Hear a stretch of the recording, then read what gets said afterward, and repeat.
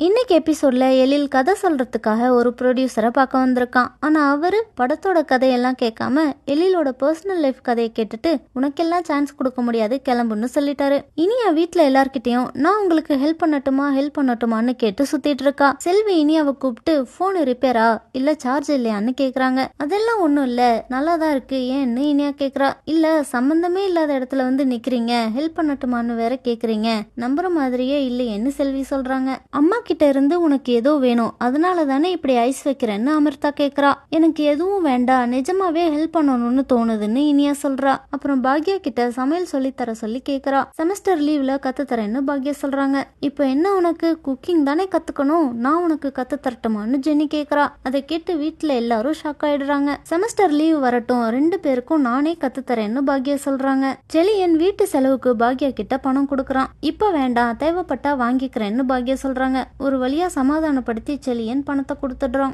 எழில் வீட்டுக்கு வந்ததும் வீட்டு செலவுக்கு பணம் கொடுக்கணும்னு 2 பேருக்கிட்டையும் சொல்லியிருந்தேன், ஒருத்தனாவது கொடுத்தானே, நல்ல விஷயம்தான்னு பாட்டி சொல்றாங்க. எழில் வீட்டு செலவுக்கு பணம் தரலன்னு பாட்டி அவனை திட்டிட்டு இருக்காங்க. இவன் வயசுல இருக்க பசங்க வீட்டுல எல்லாம் பெத்தவங்க ஹாயா இருக்காங்க, பசங்க சம்பாதிச்சு வீட்டுக்கு கொடுக்கறாங்க.